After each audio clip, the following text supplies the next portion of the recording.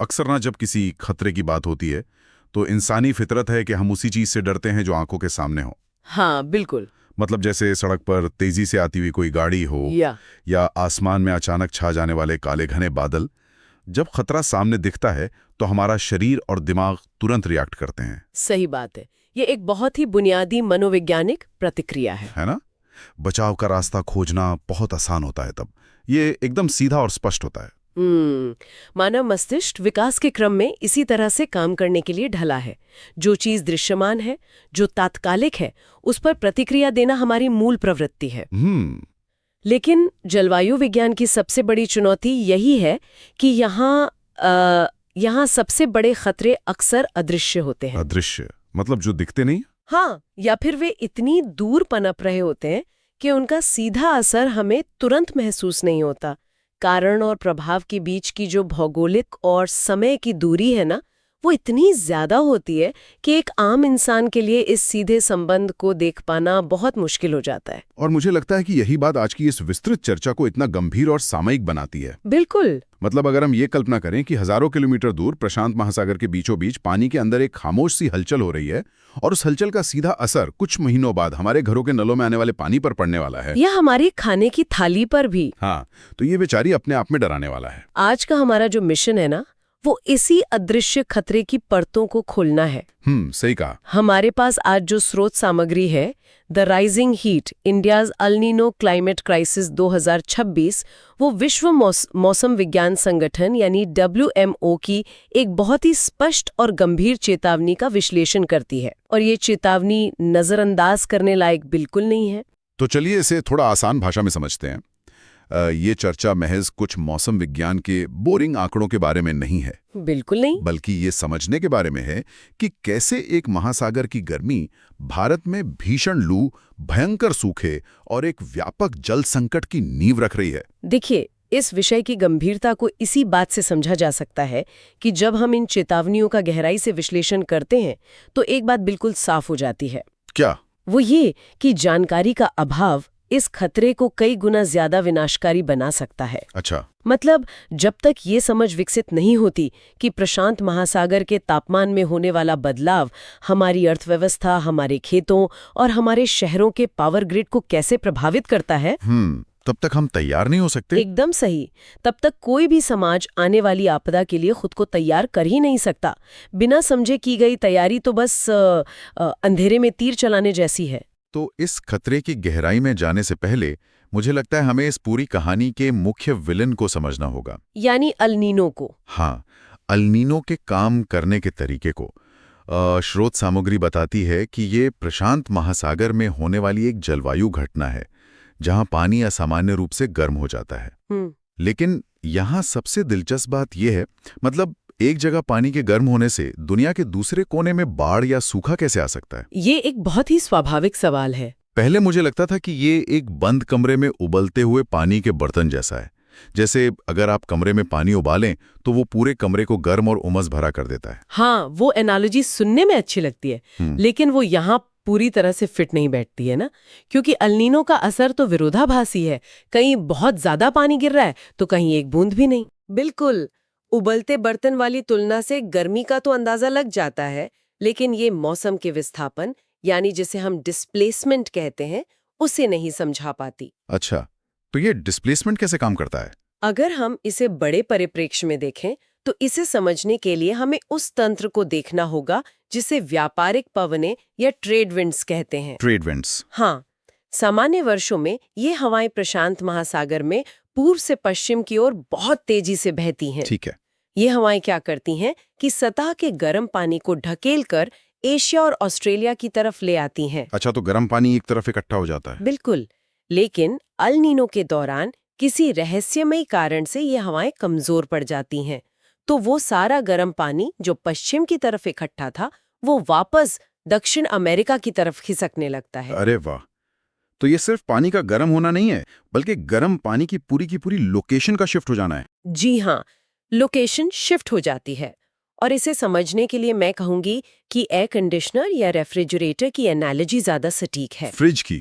वो कैसे? देखिए, एक फ्रिज अंदर की चीजों को ठंडा करने के लिए अपने पीछे से बहुत सारी गर्म हवा बाहर फेंकता है। हाँ हाँ, वो जो पीछे जाली लगी होती है वहां से बहुत गर्मी निकलती है। बिल्कुल।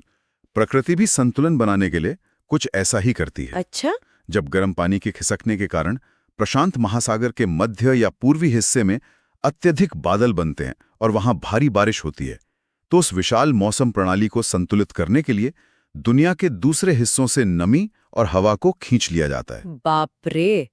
और जहां से ये नमी खींची जाती है, जैसे कि हमारा भारतीय उपमहाद्वीप, वहां बादलों का बनना पूरी तरह रुक जाता है। यानी वहां सूखा पड़ जाता है।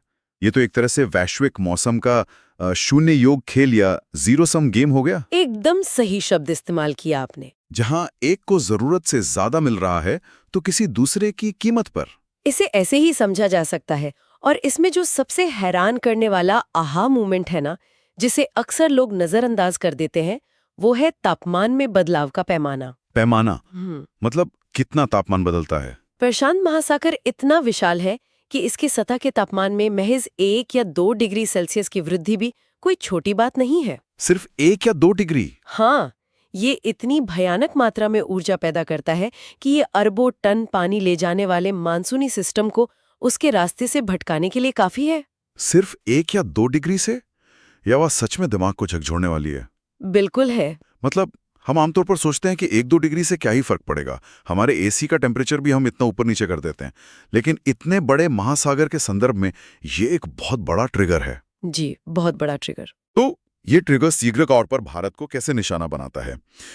स्रोत सामग्री स्पष्ट रूप से कहती है कि भारत में अल नीनो मानसून का सबसे बड़ा दुश्मन है। इसमें कोई शक नहीं है। और इसके परिणामों की जो सूची दी गई है, कमजोर मानसून, सूखे की स्थिति, फसलों का भारी नुकसान और 45 डिग्री सेल्सियस के पार जाने वाली हीट वेव, ये सब तो रोंगटे खड़े करने वाला है।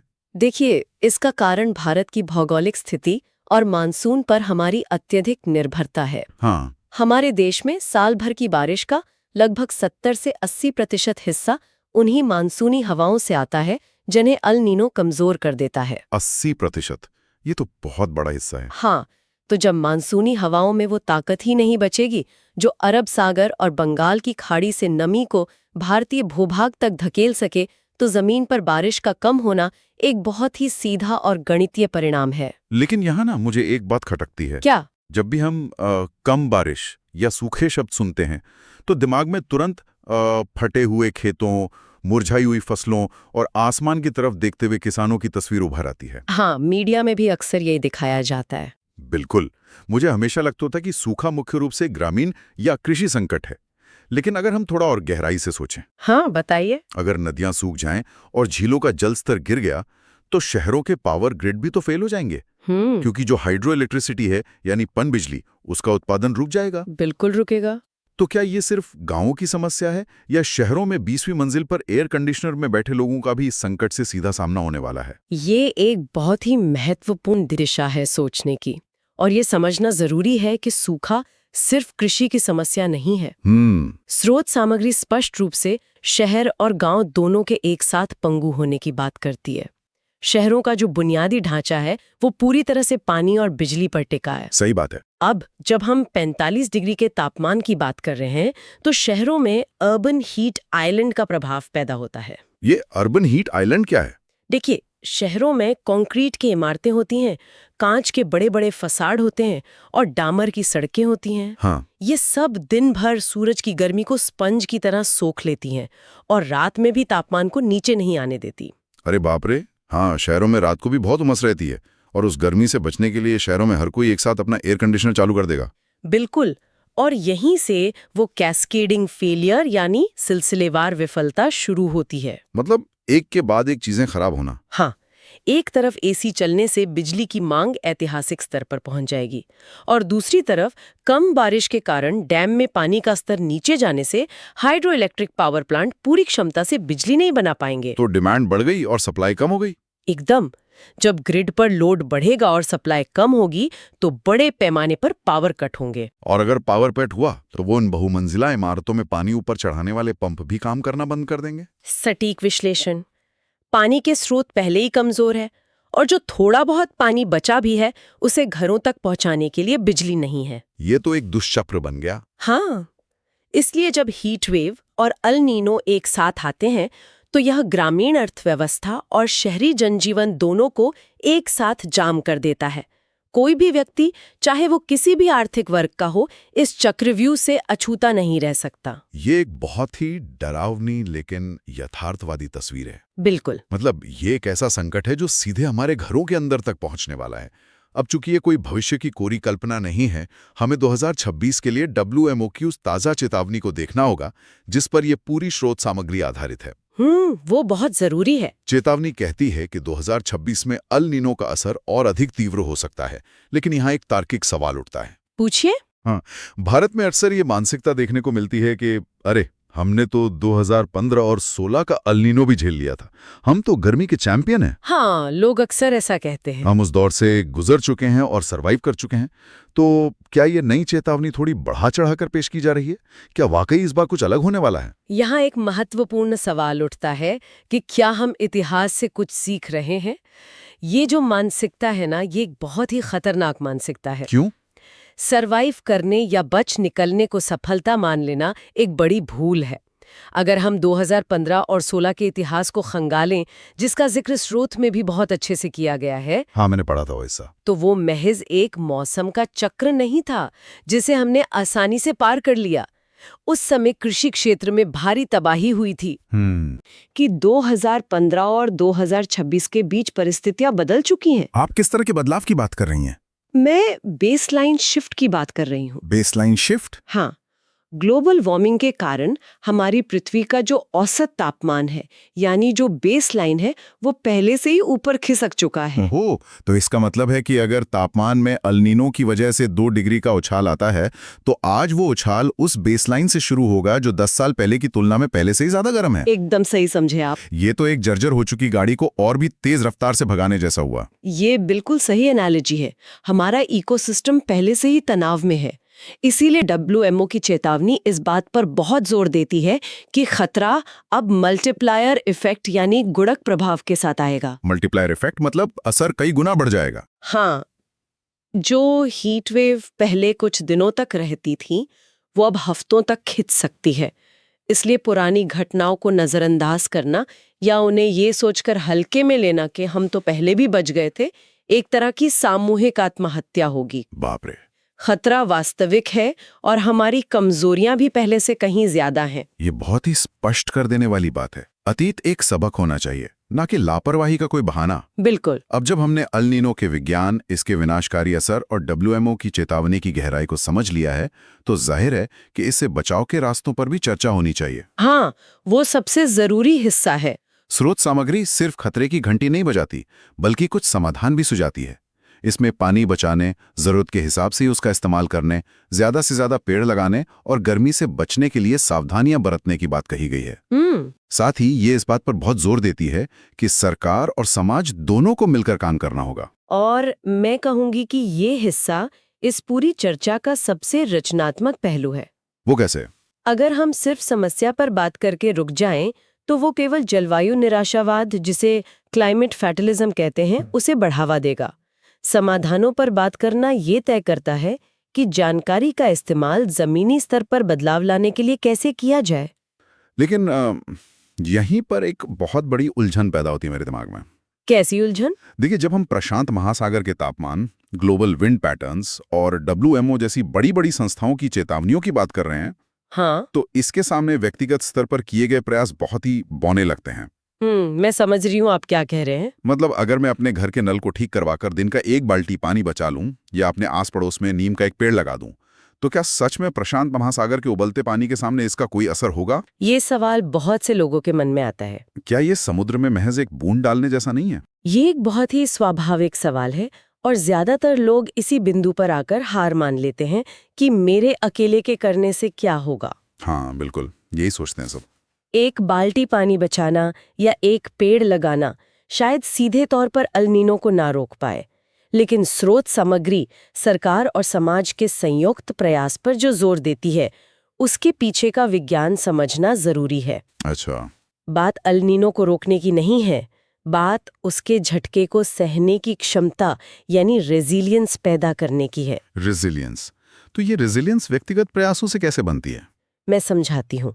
जब कोई एक व्यक्ति पानी का किफ़ायती इस्तेमाल करता है तो वो समुद्र में एक बूंद है, लेकिन जब लाखों करोड़ों लोग अपनी जीवन शैली में ये बदलाव लाते हैं तो उसका सीधा असर शहर के जल भंडारण यानी रिजर्वियर पर पड़ता है। अच्छा, वो कैसे? सोचिए, अगर किसी शहर में पानी सिर्फ 30 दिन के लिए बचा है, लेकिन सामूहिक प्रयासों से पानी की खपत 20% कम हो जाती है, तो वही पानी 26 या 40 दिन तक चल सकता है। अरे हाँ, ये तो सीधा गणित है ना?